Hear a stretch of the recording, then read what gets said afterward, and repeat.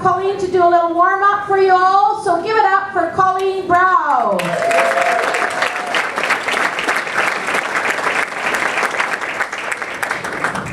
Thank you, Janice. As she said, we both did comedy. We started together and we were in a contest, and it's a long time ago because we're both really old.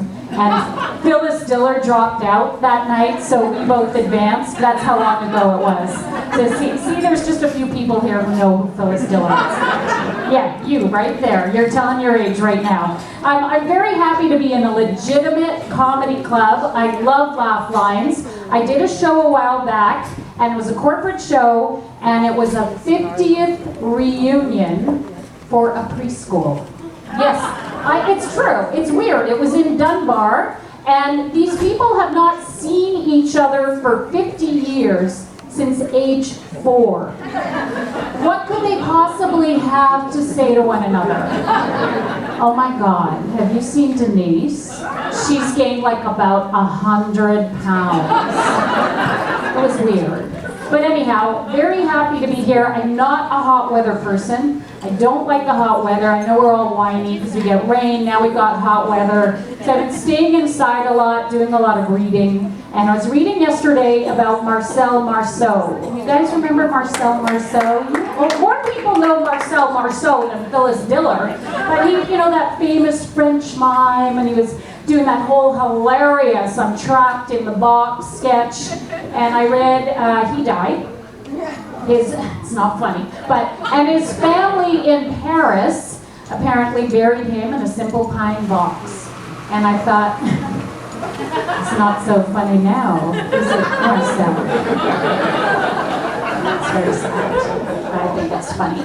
I am married, and I met my husband in a room very similar to this. Lots of people. I looked through the crowd of people and I said, that's it. He is the one. He would make a great first husband. And believe it or not, we've been married now for 26 years. And I'm thinking, yes. And don't worry, the only person who's really clapping is my mother, because she's very strict Catholic and everybody else in my family's getting divorces. So I'm like the last holdout for her to get into heaven, that she's doing something right. So there's a lot of pressure. But here's the bad side of the story. It's actually my wedding anniversary tonight for my 20th. Yes, and my husband's not here because I completely forgot that it was my anniversary. And I didn't even remember until I got up this morning and he went, happy anniversary, dear. And when he realized that I forgot, the relief that washed across his face. Because I realized when a woman forgets Valentine's Day or an anniversary, like it is like the best gift that you could possibly give a man. That's what I realized. Or maybe it's the second best gift that a woman could give a man. But I've got the other one covered as well, because when we get into bed at night and I slide into bed beside him to read my book, I just put on my Crest white strips right across here, and then I thought, it completely destroys the mood. And I go, what will you think, honey? Oh, okay, night night to you too. Sweet dreams. Mission accomplished. Okay, I'm saying, very good strategy.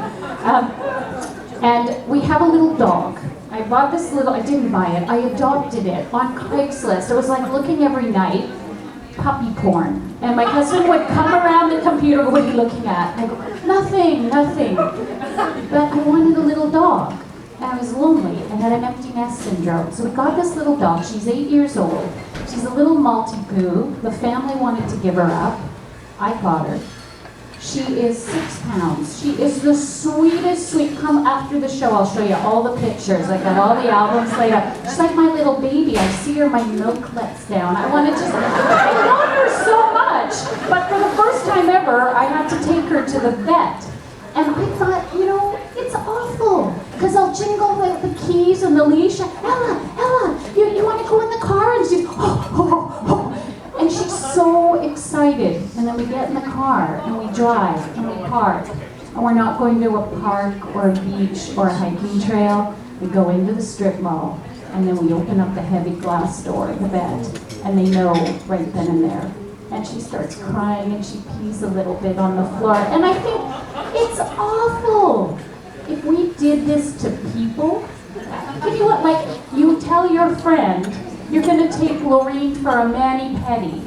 And as you're driving, you do a sharp right and you go back the other way to St. Paul's Hospital and you go, you know what, there is no mani-pedi.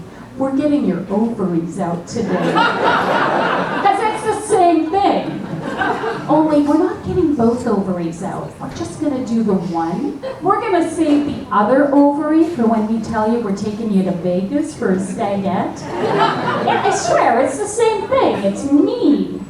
Anyhow, I'm very happy to be here. Very warm. I think it's a hot flash combined with the lights. I'm not sure. It's like the whole city's having a hot flash right now.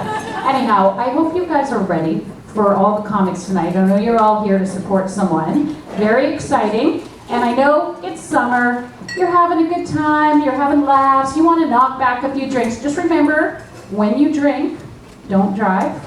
Play it safe. Take a cab, get someone to drive you home, take a bus. I was out at a pub a few weeks ago and I knew I had way more than I normally drank. I got outside the pub and I knew right then and there I have to take a translate bus home. And that may not be a big deal for you guys, but I've actually never driven a bus. So I swear to God, like all I'm saying is make smart choices, okay? So let's bring Janice Bannister back up. Thank you guys, you're in for a great night.